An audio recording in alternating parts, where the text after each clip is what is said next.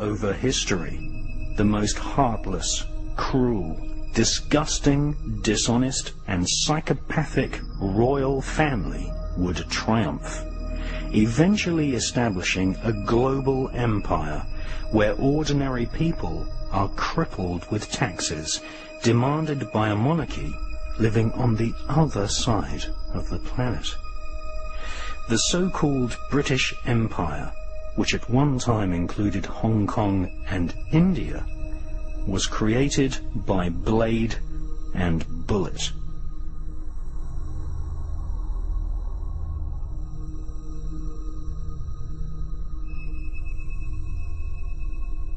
The so-called royal family which triumphed is basically German. They are seated on almost every throne in Europe. They are the Saxe-Coburg-Gotha-Battenberg bloodline, which often intermarries with the Hesse-Kassel German nobility and claim Jewish descent from the royal house of David in ancient Israel.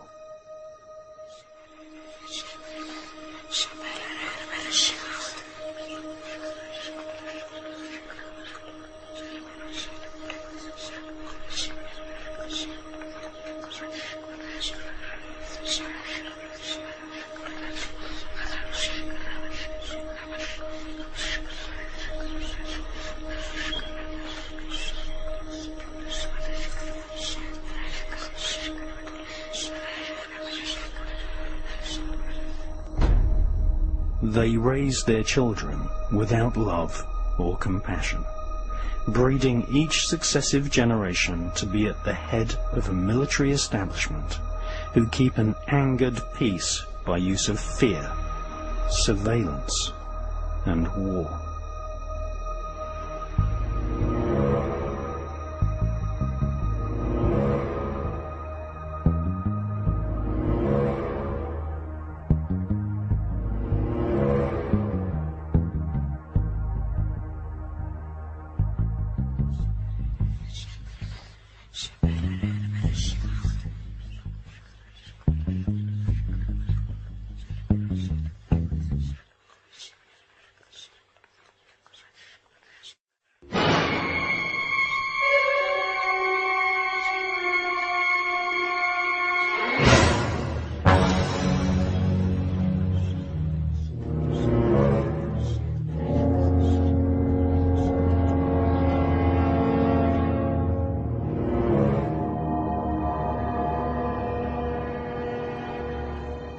By the 1600s, the thrones of Europe were mostly occupied by Germans, which had super wealth, earning vast profits from peasant labor, outright slavery, and the international opium trade.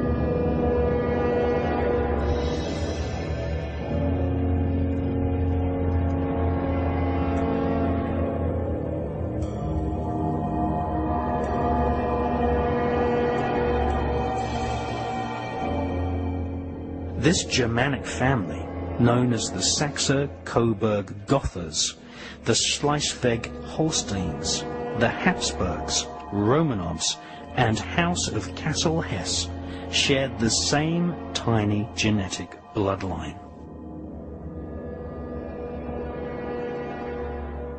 This can clearly be seen in a photograph of the British King George V standing beside Tsar Nicholas of Russia. Queen Victoria is considered the most British of all queens. Her husband was German, and she wrote letters of state in German. Contrary to what the royal spin doctors have written in the school history books, Queen Victoria was not popular. She was often hissed in public, and there were no less than 7 attempts to kill her. Keeping the populace ignorant, using adults and children alike as virtual slaves in workhouses, providing no adequate protection against hypothermia, working every man and woman to exhaustion, and imposing a crippling poll tax was the modus operandi of Queen Victoria and all her relatives sitting on the thrones across Europe. So-called Victorian values allowed children to be used as slave labour. Inhumane slums and widespread poverty was common across the whole of Europe right up until the 1970s. Even now, in the 21st century, large numbers of British people live in concrete boxes without adequate education, and therefore unable to find a profession to lift themselves out of poverty. There are as many homeless people in Europe today as there were 50 years ago.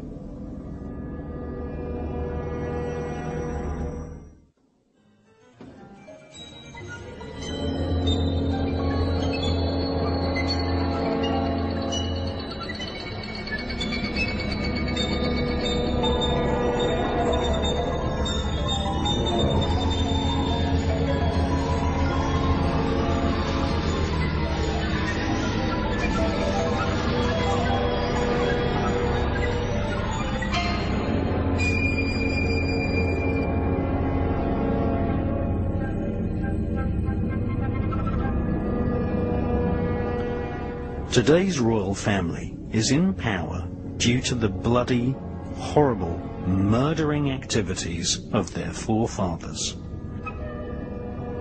By the second half of the 16th century, the major bloodlines which sit on the thrones of Britain and Europe today were already established. One of the most vicious crowned killers was Tsar Ivan IV of Russia. His mother fell foul of one of the most common forms of royal assassination. She died of poisoning when Tsar Ivan was just 8 years old.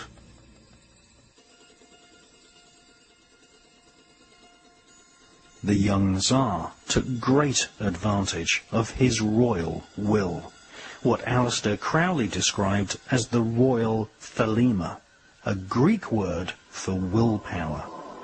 All monarchs can exert their will and decree any act, even murder and rape, and act above the law. When he was just 9 years old, Tsar Ivan started torturing animals. This is a practice which is continued in ritual form amongst initiates of the Ordo Templi Orientis, a secret Masonic academy previously headed by Aleister Crowley. By the age of 10, Ivan, Tsar of Russia, would personally oversee the torturing of so-called political prisoners. These were people who had merely been critical of his power.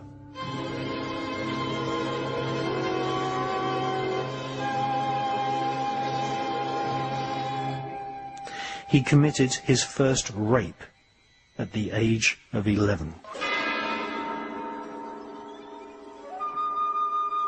He was crowned in 1547 and diverted public attention away from their own abject poverty by entering into war with Poland and Lithuania.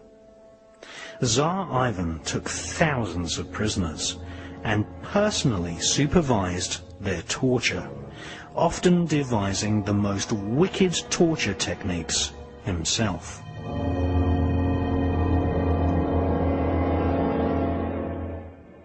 Tsar Ivan positively relished the screams of people as they had their eyes torn out. Women and even children were disemboweled, mauled by wild bears for his amusement, and people had parts of their bodies cut off and fed to his dogs whilst they roasted alive on a spit. Ivan also threw children into freezing lakes and rivers, and by 1569 he had extended his royal fortunes and property, with 60,000 people having been brutally murdered, many by his own hands.